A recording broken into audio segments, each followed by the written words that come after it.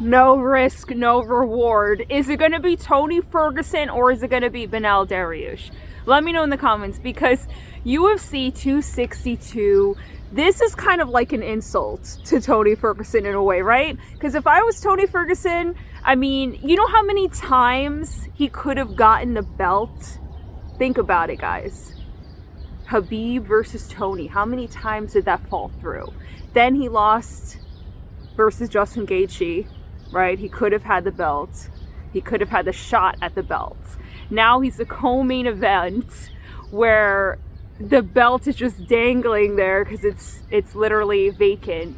It sucks. You know, I feel bad for the guy in a way, but I really hope he wins. You know, I really hope he wins, because I just feel like it was like a turn of like unfortunate events for Tony Ferguson in a way, you know, because the last two fights, specifically the Justin Gaethje fight, I mean, oh my gosh, you know, did he look bad in that fight? Justin Gaethje just picked him apart. It was ugly. You know, and the Charles Oliveira, you know, it was bad, you know, but at least he didn't submit him. I don't know how he didn't submit him, but he didn't submit him, you know. Yeah, so the thing about Tony Ferguson is that he has no quit in him. He really doesn't, like, and he gets better as the fight goes on, which is a little rare.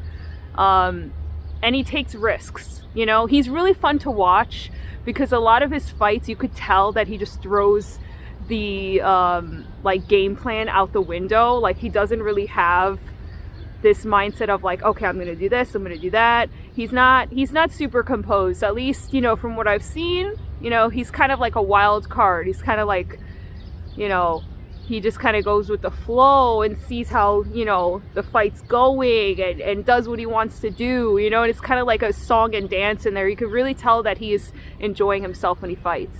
The thing about Beneil Dariush, he's kind of like an up-and-comer in a way, if you think about it, because a lot of, at least for me, right, people don't think of Beneil Dariush as a Tony Ferguson, a big name, right? It's not like a big name, but he does have 6 wins in a row, and like his last knockout, that was really good. And a lot of his fights are extremely good. He's kind of, I like that he's like a Mark Hunt sort of style, like he'll just punch you and just walk away. You know, he knows that it's enough. He doesn't have to go in there and do more, you know, like the super necessary, you know, shots. He's not going to be like punching you unconscious. You know, he's like one and done. He knows that it was enough. And I think that's really cool. You know, he has a lot of power in his hands. Do I think he's going to knock out Tony? I don't know. If he knocks out Tony, then Tony should probably retire, which is hard for me to say. I hope he doesn't retire. I honestly hope he doesn't retire. I don't think 3 losses in a row it's a lot, but it's not that much. You know, it's not that much. Maybe 4 in a row, okay, maybe like, you know, hang up the gloves, maybe. But the thing about Tony is he's such a unique fighter. El Kukui, you know, like no one's like him. And I just feel like, you know, even if he loses one more time, I still want to see him fight. I think he has so many fans that, you know, and if he still wants to do it, why not? Like, people were saying after 2 losses to retire, which I'm like, 2 losses is not enough, you know? So, yeah, I take that back. You know, like 3 losses it's not a big deal.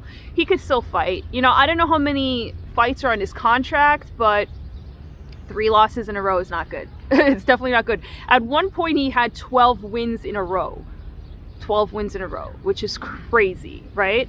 Beneil Dariush, if he beats Tony Ferguson, that's definitely going to put him as a title contender, right? A title, he's going to be next, well, not next, but, you know, he's going to get his title shot eventually, because 6 in a row is a lot.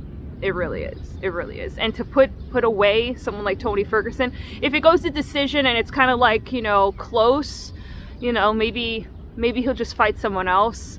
He probably will fight someone else, because Dustin Poirier is the next one for the title shot. You know, to me, Dustin Poirier, he seems like he is the uncrowned champion right now.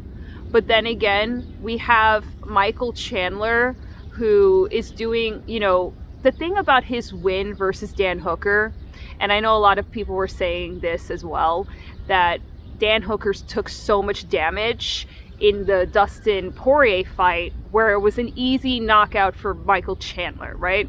The thing about Michael Chandler is every time he speaks, every time I see these episodes on Embedded where he's talking about his son, where he's talking about how he has God behind him and God wants him to be the champ, and how, you know, he came from Bellator, he was a champion in Bellator, now he's on the biggest stage. Like, every time I hear him talk, I'm like, he's so convincing. Like, I don't think Charles Oliveira is gonna stop him. But I'm gonna talk about that more tomorrow. I'm gonna talk about that. But yeah, like this fight, Tony Ferguson versus Beneil Dariush. Let me know in the comments who you think is gonna win, because this fight, guys, is crazy good.